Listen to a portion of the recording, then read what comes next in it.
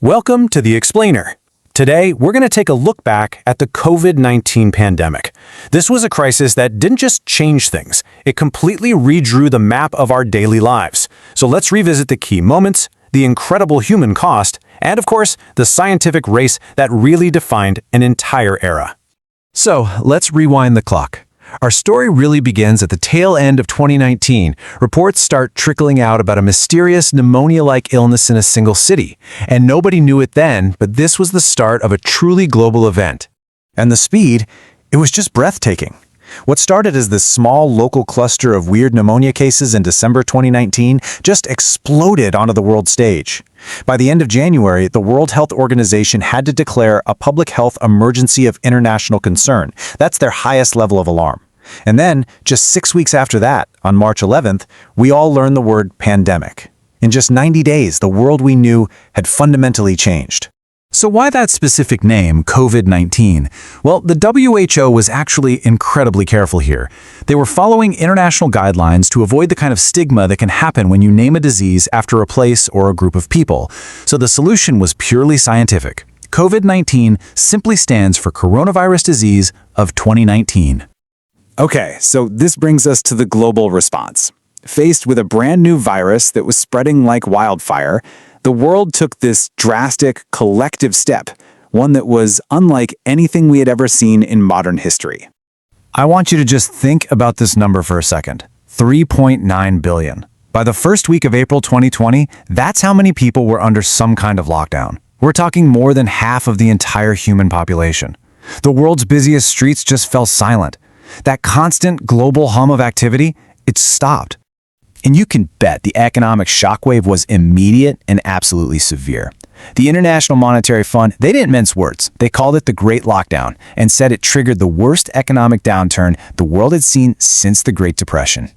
But beyond all the global numbers and economic charts, there's the human story. And right at the absolute heart of the pandemic were the healthcare workers, the ones standing on the front lines of this crisis. This one quote from a nurse in India, it just captures the raw reality of it all. For healthcare workers, this battle wasn't some abstract thing. It was personal, it was grueling, and it was fought under conditions you can barely imagine. 12-hour shifts without food or water, all while encased in this restrictive gear, just became the new normal. I mean, they were facing a perfect storm of stressors. You had critical shortages of protective gear, overwhelming workloads, and this constant, intense fear of getting sick and bringing the virus home to their families. It all led to this profound exhaustion and the terrible burden of having to make these impossible choices about who gets a bed or a ventilator. And these invisible wounds, we can actually quantify them. Early data out of China revealed a staggering mental toll. Nearly half, almost half, of healthcare workers were experiencing symptoms of anxiety and depression. And in Wuhan, at the epicenter, that number for general psychological distress soared to over 70%. This brings us to the next big chapter of the pandemic. You can think of it as a global race, really. It was a race between unprecedented scientific innovation on one side and a virus that was constantly and dangerously evolving on the other. Right, so just as vaccines started to bring this real ray of hope, the virus adapted.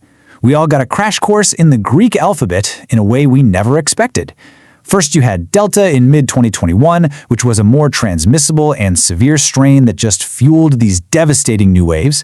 Then, later that year, Omicron emerged, a variant so mutated it could partially evade the immunity we'd all built up. It changed the game all over again. But, and this is so important, amidst all the chaos of the variants, we saw an absolute scientific triumph.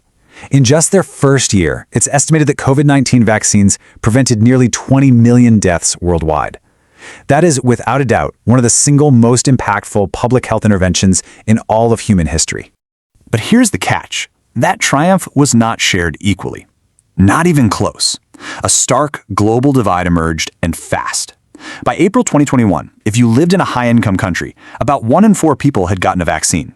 In low- and middle-income countries, that number was a shocking 1 in 500.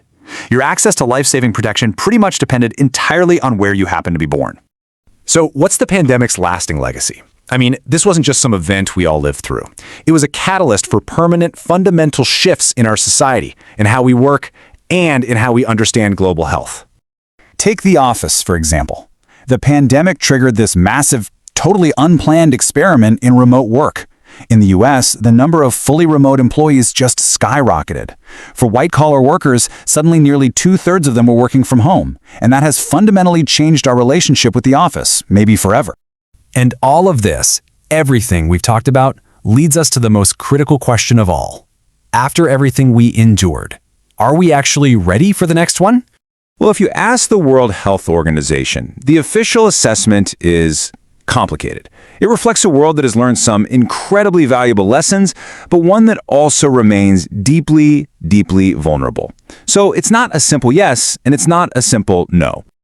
Okay, so on the yes side, we have made some real progress. There's a historic pandemic agreement, a new pandemic fund, stronger disease surveillance networks, but the no side is the scary part. That progress is uneven and really fragile. Funding is already getting shifted away from public health, and the political will, that solidarity we need to act fast, is already being tested. It's like we designed a better bridge, but the commitment to actually maintain it is starting to crack. And that's the final thought we'll leave you with. We all learned some painful, unforgettable lessons about how interconnected we are and how fragile we are. The real question is, have those lessons actually stuck? Because the time to prepare for the next crisis isn't when it arrives, it's now.